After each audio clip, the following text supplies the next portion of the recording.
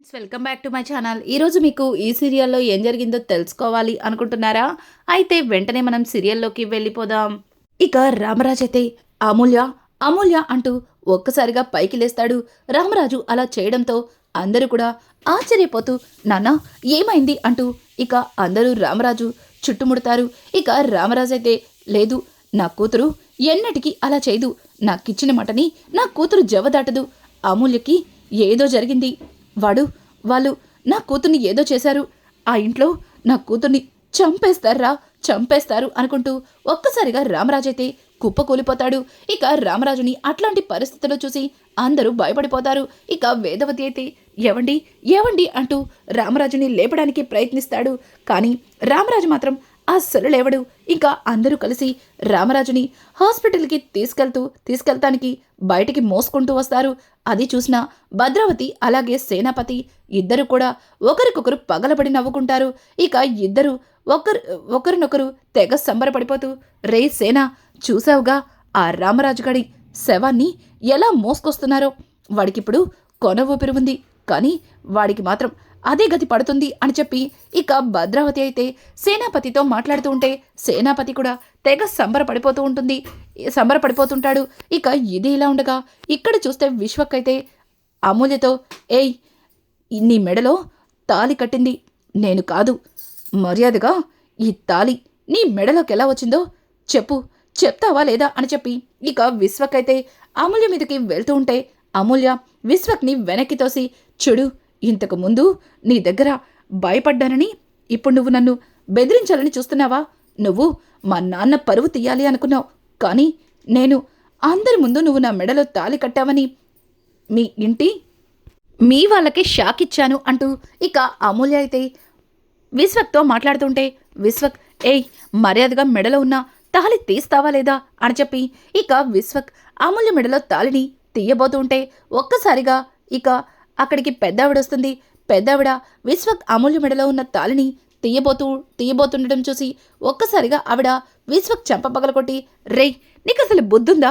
ఇప్పుడే కదరా ఆ పిల్ల మెడలో తాళి కట్టి తీసుకొచ్చింది, అప్పుడే దాన్ని తీసేయాలనుకుంటున్నావా అని అంటుంటే అయ్యో నానమ్మ, ఆ తాళి నేను కట్టలేదు, అసలు ఆ తాళి దీని మెడలోకి ఎలా వచ్చిందో కూడా నాకు తెలీదు, ఇది కావాలని అబద్ధం చెప్తుంది అని అంటుంటే ఇక అమూల్య అయితే ఓ, అయితే ఈ తాళి నువ్వు కట్టలేదు అన్నది అబద్ధమైతే నీకు నాకు మధ్యలో ఏమీ జరగలేదన్నది కూడా అబద్ధమే కదా అని చెప్పి ఇక అమూల్య మాట్లాడుతూ ఉంటే ఆ మాటలకి విశ్వక్ ఏయ్, ఏంటలా మాట్లాడుతున్నావు, నీకు నాకు ఏం జరగకపోవడం ఏంటి, జరిగిపోయింది కదా అని అంటుంటే అది జరిగినప్పుడు ఈ తాళి కూడా నువ్వే కట్టావు అని చెప్పి ఇక అమూల్య అయితే విశ్వక్తో చాలా గట్టిగానే మాట్లాడి అక్కడి నుంచి వెళ్ళిపోతుంది. ఒక్కసారిగా విశ్వక్ అమూల్య మాటలకి కోపంతో రగిలిపోతాడు. ఇక పెద్దావిడైతే రేయ్, పిల్ల అమాయకురాలు అనుకున్నాను, గడుసు పిల్లే, ఈ ఇంటికి తగ్గ కొడలే వచ్చింది, రేవతి కొత్త కోడలతో ఏం చేయించాలో అన్నీ చేయించు అని చెప్పి ఇక పెద్దావిడైతే రేవతితో చెబుతూ ఉంటుంది. ఇక ఇక్కడ చూస్తే రామరాజుని హాస్పిటల్లో అడ్మిట్ చేసి ఇంకా ట్రీట్మెంట్ చేస్తూ ఉంటారు. ఇంకా ఇది ఇలా ఉండగా ఇంటికి వచ్చిన ప్రేమ అలాగే ధీరజ్ ఇద్దరు కూడా గొడవ పడుతూ ఉంటారు. ఇక ధీరజ్ అయితే ఇదంతా మీ వాళ్ళ వల్లే, ఆ రోజు మీ అన్నయ్యని వెనకేసుకొచ్చావు, కానీ వాడు నా చెల్లెల్ని తీసుకెళ్ళి మా నాన్నకి మీ వాళ్ళ వల్లే మా నాన్నకి అట్లాంటి పరిస్థితి అని చెప్పి ఇక ధీరజ్ అయితే ప్రేమని తిడుతూ ఉంటాడు. ఒక్కసారిగా ప్రేమ చూడ్రా, నేను కూడా ఇదంతా కావాలని జరుగుతుందని అనుకున్నానా చెప్పు, మావయ్య గారికి అట్లాంటి పరిస్థితి రావడానికి నేనే అన్నట్టుగా అలా మాట్లాడుతున్నావు అని చెప్పి ఇక ధీరజ్ అయితే ప్రేమ అయితే ధీరజ్ మీద అరుస్తూ ఉంటుంది. ఇదంతా చూసిన అమూల్య ఒక్కసారిగా షాక్ అవుతుంది. అన్నయ్య ఏమైంది అని అంటుంటే ఇంకేమవుతుంది, నాన్న పరిస్థితి అస్సలు బాగాలేదు, నాన్నకి చాలా సీరియస్గా ఉంది అని చెప్పి ఇంకా ధీరజ్ అయితే అమూల్యతో చెప్పడంతో ఒక్కసారిగా అమూల్య బాధతో కుమిలిపోతుంది. ఇక అమూల్య అయితే అక్కడి నుంచి హాస్పిటల్కి వెళ్ళాలి అనుకుంటుంది. ఇంకా అమూల్య అయితే ఇంటి నుంచి బయటకు వెళ్తుంటే ఒక్కసారిగా విశ్వక్ ఏయ్ ఆగు అని గట్టిగా అరుస్తాడు. అలా విశ్వక్ అరవడంతోనే అమూల్య బయటికి అడుగు పెట్టకుండా గుమ్మం దగ్గరే ఆగిపోతుంది. ఇక విశ్వక్ అయితే ఎక్కడికే చెప్పకుండా వెళ్ళిపోతున్నావు, చూడు, ఎక్కడికి పడితే అక్కడికి వెళ్ళిపోవడానికి. ఇదేమి నీ పుట్టిల్లు కాదు, ఇది నా ఇల్లు. ఇక్కడ నువ్వేం చేయాలనుకున్నా నాతో చెప్పి చెయ్యాలి. అయినా వాడికెవడికో బాగోకపోతే నువ్వెళ్ళడమేంటి? చూడు, ఎలాగో వాడు చస్తాడు. ఇంకాసేపట్లో తీసుకొచ్చి అదిగో ఆ వాకిట్లో పడేస్తారు.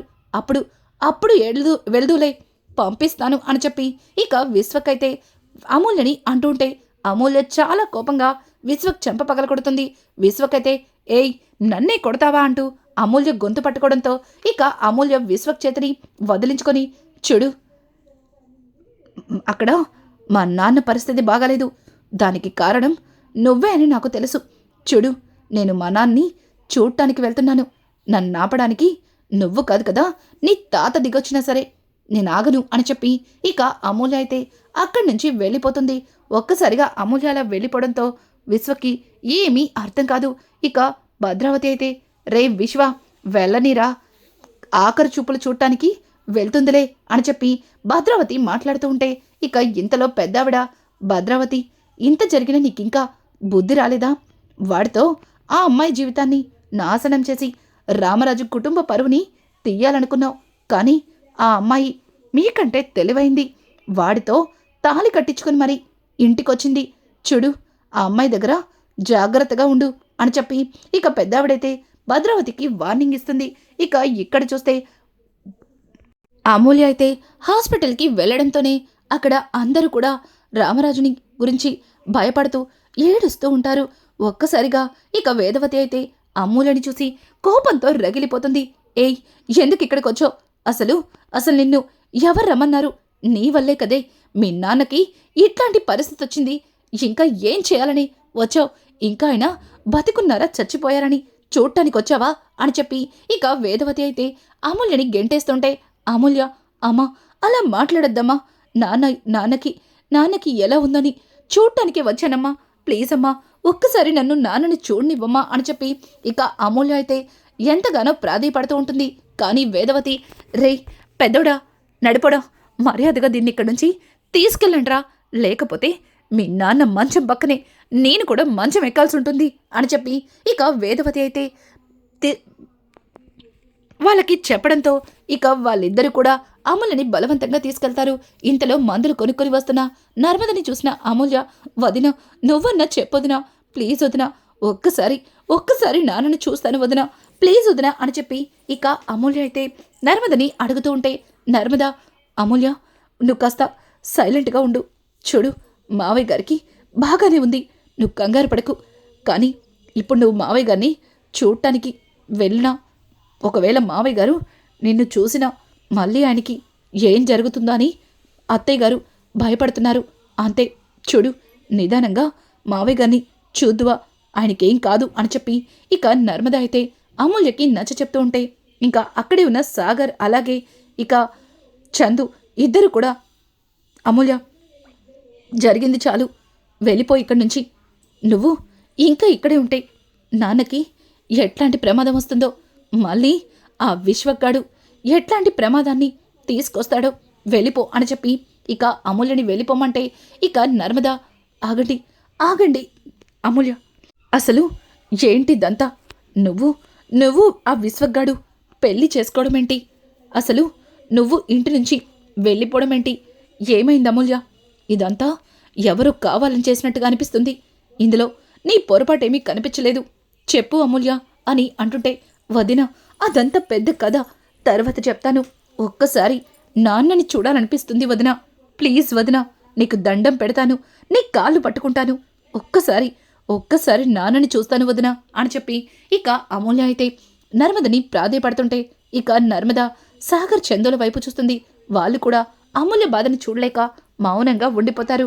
ఇక నర్మద అయితే, చూడు అమూల్య, నువ్వు మావయ్య గారిని చూడు, కానీ ఆయన్ని డిస్టర్బ్ చేయొద్దు అని చెప్పి ఇక అమూల్య అయితే అమూల్యని దొంగచాటుగా రామరాజు ఉన్న రూమ్లోకి తీసుకెళ్ళి చూపిస్తారు. ఇక అమూల్య అయితే రామరాజుని అట్లాంటి పరిస్థితుల్లో చూసి చాలా కుమిలిపోతుంది. అయ్యో భగవంతుడా, నాన్నని ఇట్లాంటి స్థితిలో చూస్తానని అస్సలు అనుకోలేదు. దీనంతటికీ కారణం నేనే. నాలాంటిది నీ కడుపున పుట్టకపోయినా బాగుండేదేమో, నీకు ఇట్లాంటి పరిస్థితి వచ్చేది కాదు.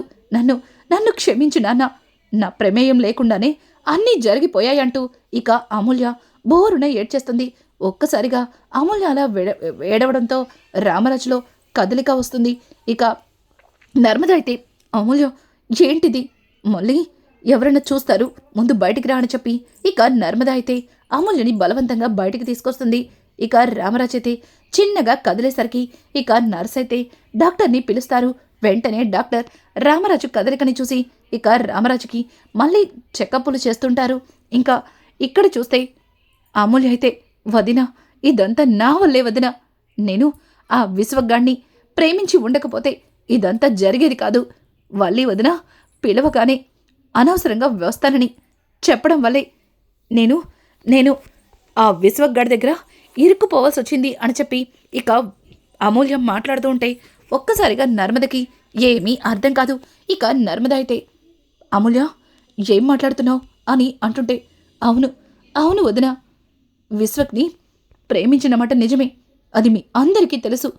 కానీ ఆ విశ్వక్ని మరిచిపోయి నాన్న చూపించిన అబ్బాయినే పెళ్లి చేసుకోవాలని, ఈ పెళ్లితో మీ అందరి మొహంలో సంతోషం చూడాలని నేను కూడా ఎంతగానో ఆశపడ్డాను.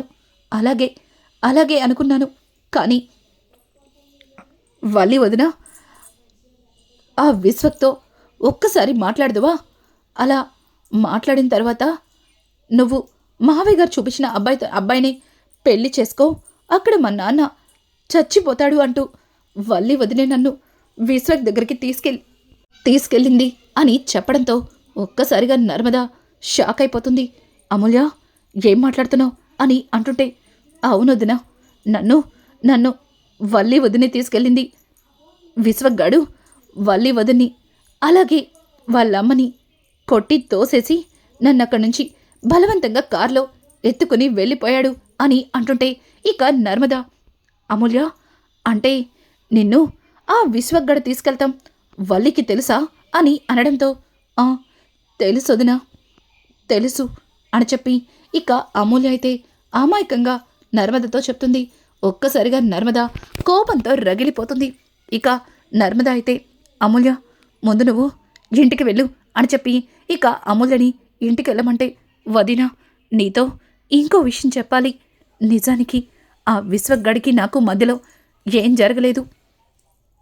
ఈ తాళి, ఈ పెళ్ళి కూడా అబద్ధమే. వాడు నా జీవితాన్ని నాశనం చేశానని అందరి ముందు చెప్పి నాన్న తలదించుకునేలా చేయాలి అనుకున్నాడు. అందుకే నా అంతట నేనే ఈ తాళిని కట్టుకొని వాడు నా మెడలో తాళి కట్టాడని అందరినీ నమ్మించాను. అలాగే నాన్న పరువు పోయేలా చెయ్యలేదు అని చెప్పి ఇక అమూల్య అయితే జరిగిందంతా కూడా ఇక నర్మదకి చెప్తుంది. ఒక్కసారిగా నర్మద, ఏం మాట్లాడుతున్నావు అమూల్య? వాడు నీ మెడలో తాళి కట్టలేదా? వాడు కట్టకుండానే ఈ తాళిని నువ్వే కట్టుకుని వాడే కట్టాడని అందరి ముందు చెప్పావా? ఎందుకు అమూల్య, ఎందుకు ఇలా చేశావు అని అంటుంటే, వదినా, నాన్న పరువు కోసమే వదినా ఇదంతా చేసింది. సరే వదినా, నేను బయలుదేరతాను అంటూ ఇక అమూల్య అయితే అక్కడి నుంచి వెళ్ళిపోతుంది. ఇక ఇక్కడ చూస్తే నర్మద అయితే చాలా ఆవేశంగా ఇక వల్లి దగ్గరికి వెళ్తుంది. అప్పటికే వల్లి, భాగ్యం, ఇక ఆనందరావు ముగ్గురు కూర్చుని, అమ్మోయ్, ఎక్కడా ఆ అమూల్య నా బండారం మొత్తం బయటడేస్తుందేమో, అలాగే మావయ్య గారు ఇక మా ఆయన అందరూ కలిసి నన్ను ఏం చేస్తారా అని సానా భయపడ్డాను. కానీ నిజానికి అమూల్య నా గురించి నిజాన్ని బయటపెట్టలేదు. అలాగే కానీ పాపం మావయ్య గారిని సుత్తుంటే అంటే సానా బాధగా ఉంది. ఆ ఇంట్లో మావయ్య గారు ఒక్కరే నా గురించి మంచిగా ఆలోచించేది అని చెప్పి వాళ్ళి అంటూ ఉంటే ఇక భాగ్యం, సుడమ్మడు, మీ మావయ్య గారికి ఏమీ జరగదు, నువ్వేం బాధపడకు, డాక్టర్ గారు చెప్పారు కదా బాగానే ఉంటుందని, నువ్విట్ట భయపడి అందరికీ దొరికిపోవద్దు అని చెప్పి ఇక భాగ్యమైతే వాళ్ళితో అంటుంటే, చూడండి, మీరు చెడ్డవాళ్లే అనుకున్నాను, కానీ ఇలా మనుషుల ప్రాణాలతో మనుషుల జీవితాలతో ఆడుకునేంత నీచులు దుర్మార్గులని అస్సలు అనుకోలేదని చెప్పి ఇక నర్మద వచ్చి వల్లిని చెడమడ దులుపుతుంటే ఒక్కసారిగా వల్లి షాక్ అయిపోతుంది. నర్మద, ఏం మాట్లాడుతున్నావు? అసలు దేని గురించి మాట్లాడుతున్నావు అని అంటుంటే, ఛీ, నోర్మొయ్, పెళ్లి చేసుకొని ఈ ఇంటికి కోడలిగా ఎట్లా వచ్చావో నాకంతా తెలుసు. కానీ ఈ విషయం గురించి అందరి ముందు ఎందుకు నిజాన్ని బయట పెట్టలేదో తెలుసా? చూస్తూ చూస్తూ ఒక ఆడపిల్ల జీవితాన్ని పాడు చేయకూడదన్న ఉద్దేశంతోనే ఎన్ని రోజులు ఆ నిజాన్ని మాలోనే దాచుకున్నాం. నువ్వేం చేసినా నీ భర్త మీదున్న ప్రేమతోనే చేశావని చూసి చూడనట్టు వదిలేశాం. కానీ ఈరోజు నీ స్వార్థం కోసం అమూల్య జీవితాన్ని అడ్డు పెట్టుకుంటావా? అలాగే నువ్వు నువ్వు తప్పించుకోవడం కోసం అమూల్య జీవితాన్ని పలంగా పెడతావా? అసలు నువ్వు ఆడదానివేనా? అమూల్య ఎప్పుడైతే విశ్వగాడు అమూల్యని తీసుకెళ్లాడో అదే క్షణం వచ్చి మాతో చెప్పుండాల్సింది. అందరం కలిసి ఆ విశ్వగాడి నుంచి అమూల్యని కాపాడి ఉండేవాళ్ళం. కానీ అలా కాకుండా నువ్వు ఆ విషయాన్ని దాచిపెట్టి ఈరోజు అమూల్య జీవితం నాశనమయ్యేలా చేశావు. నీ వల్ల అమూల్య ఆ ఇంట్లో బానిసలా బతకాల్సొస్తుంది. అమూల్యని ఆ ఇంట్లో వాళ్ళు ఎంతగా టార్చర్ చేస్తారో నీకు తెలీదా అని చెప్పి ఇక వల్లినైతే నర్మద చాలా కోపంగా చెంప చెల్లు అనిపిస్తుంది. ఒక్కసారిగా వల్లి అది నర్మద అని అంటుంటే, చీ నోర్మొయ్, ఎన్ని రోజులు నీ గురించి నిజం బయట పెట్టకుండా ఎంత పెద్ద తప్పు చేశానో ఇప్పుడే నాకు అర్థమవుతుంది. మావయ్య గారికి అలాగే అత్తయ్య గారికి జరిగిందంతా కూడా చెప్తాను. ఒక విధంగా అమూల్య నీ వల్లే తన జీవితాన్ని పాడు చేసుకుందని చెప్తాను అని చెప్పి ఇక వల్లిని కొట్టి నర్మద ముందుకెళ్ళబోతుంటే ఒక్కసారిగా వల్లి నర్మద కాళ్ళ మీద పడి, నర్మద నాకంటే చిన్నదానివి, అయినా నీ కాళ్ళు పట్టుకుంటున్నాను చూడు, ఎవ్వరితో చెప్పద్దు, నీకు దండం పెడతాను, నన్ను వదిలిపెట్టు అని చెప్పి ఇక వల్లి అయితే అమూల్య గురించి ఇక నర్మద కాళ్ళ మీద పడి ప్రాధేయపడుతూ ఉంటుంది. నర్మద అయితే, ఛీ, నీకు ఇట్లాంటి అవకాశాలు చాలానే ఇచ్చి ఎంత పెద్ద తప్పు చేశానో ఇప్పుడే నాకు అర్థమవుతుంది. ఇంకా నీ మాయమాటలకి నీ దొంగ ఏడుపులకి నేను కరిగేదే లేదు అని చెప్పి ఇక నర్మద వల్లిని దూరంగా నెట్టి అక్కడి నుంచి ఒక అడుగు ముందుకు వేయబోతూ సడన్ గా ఆగిపోతుంది. ఇక ఎదురుగా ఉన్న చందు అయితే వాళ్ళిద్దరి మాటల్ని వినేసి షాక్ అయిపోతాడు. ఏయ్, ఏంటిదంతా? అమూల్యని వాడెత్తుకెళ్ళడానికి నువ్వే సహాయం చేశావా? అంటే నా చెల్లెలి జీవితాన్ని చేతులారా నువ్వే నాశనం చేశావా? నువ్వు ఇంత మోసం చేస్తావా? నువ్వు నా కుటుంబానికి ఇంత అన్యాయం చేస్తావా? చూడు, నువ్వు ఒక్కొక్కసారి చిన్న చిన్న పొరపాట్లు చేశావు. అలాగే ఇంట్లో అందరి గురించి నాన్నగారి దగ్గర లేనిపోనివన్నీ చెప్పావు. అది నీ అమాయకత్వం అనుకున్నాను. నువ్వు చేసిన పొరపాట్లకి నీ తెలియనితనం అనుకున్నాను. కానీ నువ్వు నా చెల్లెల జీవితాన్ని నాశనం చేయాలని చూస్తావా? నిన్ను వదిలిపెట్టేది లేదు. నీలాంటిది బతకూడదు అని చెప్పి ఇక పక్కన ఉన్న ఒక పెద్ద బండరాయి వల్లి మీదకి ఎత్తబోతుంటే ఒక్కసారిగా నర్మద, బావగారిని ఆగండి, అక్కడ మావయ్య గారి పరిస్థితి బాగలేదు. ఇప్పుడు మీరు ఇలా ఆవేశపడ్డం కరెక్ట్ కాదు. వద్దు, ఇప్పుడు గొడవలేమీ వద్దు. తర్వాత అన్నీ నిదానంగా మాట్లాడుకుందాం. ప్లీజ్, మీకు దండం పెడతాను, దాన్ని కింద పడేయండి అని చెప్పి ఇక నర్మద అయితే చందుని ఆపి ఇక వలిని, చూడు, ఇక్కడి నుంచి వెళ్ళిపో అని గట్టిగా అరుస్తుంది. ఇక వల్లి కూడా ఏం మాట్లాడకుండా దూరంగా వెళ్ళి నుంచుని చందుతో బా అని పిలుస్తుంటే చందు అయితే వల్లి వైపు కోపంగా చూస్తాడు. ఇక భాగ్యమైతే, అమ్మడు, ఇప్పుడు ఏం మాట్లాడినా సంపేసేలా ఉన్నారే, నువ్వు కాస్త సైలెంట్గా ఉండు అని చెప్పి ఇక భాగ్యం వల్లిని నిదానంగా ఉండమంటుంది. ఇక్కడ చూస్తే డాక్టర్లు ఇక రామరాజుకి ట్రీట్మెంట్ చేసిన తర్వాత బయటికి వచ్చి, చూడమ్మా, ఆయనకి ఇంకొక 24 గంటలు గడవందే స్పృహ రాదు అనుకున్నాం, కానీ ఆయన స్పృహలోకి వచ్చారు. ఇదంతా నిజంగా ఒక మ్యాజిక్లా ఉంది. చూడండి, ఆయన ఇప్పుడు బాగానే ఉన్నాడు. కానీ ఆయన్ని ఇబ్బంది పెట్టద్దు, అలాగే ఆయన బాధపడే విషయాలేమి ఆయన దగ్గర చెప్పద్దు అని చెప్పి ఇక డాక్టర్లు చెప్పి అక్కడి నుంచి వెళ్ళిపోతారు. ఇక నర్మద అలాగే వేదవతి అందరూ కూడా లోపలికి వెళ్తారు. వేదవతి, ఏవండి, ఏంటండి ఇదంతా? ఎంతో ధైర్యంగా ఉండే మీరే ఇట్లా దిగజారిపోయారు. మీకేమన్నా అయితే నేను బ్రతకగలనా? ఎందుకండి ఇలా చేస్తున్నారు అని చెప్పి ఇక వేదవతి అయితే రామరాజు మీద పడి బోరున ఏడుస్తుంది. రామరాజు, బుజ్జమ్మ, ఏంటిదంతా? చూడు, నేను బాగానే ఉన్నానని డాక్టర్ చెప్పారు కదా అని చెప్పి ఇక రామరాజు అయితే వేదవతితో మాట్లాడతాడు. అలాగే అందర్నీ తొంగి తొంగి చూస్తాడు. కానీ నర్మద, అలాగే సాగర్, చందు తప్ప అక్కడ ధీరజ్, ప్రేమ కూడా కనిపించరు. అలాగే వల్లి కూడా కనిపించదు. ఇక రామరాజు అయితే చిన్నోడెక్కడా, అలాగే ప్రేమ ఎక్కడా, పెద్ద కొడలు వల్లి ఏది అని చెప్పి ఇక రామరాజు అయితే ఒక్కొక్కరి పేరు పెట్టి అడుగుతూ ఉంటాయి. ఇంకా అప్పుడే హాస్పిటల్కి వచ్చిన ధీరజ్, ప్రేమలు కూడా రామరాజు ముందెళ్ళి నుంచుంటారు. ఇక రానున్న ఎపిసోడ్స్ అయితే మరింత ఇంట్రెస్టింగ్గా మారిపోతున్నాయి. ఈ వీడియో మీకు నచ్చినట్టయితే లైక్ చేసి సబ్స్క్రైబ్ చేయడం మాత్రం మర్చిపోకండి. Thanks for watching.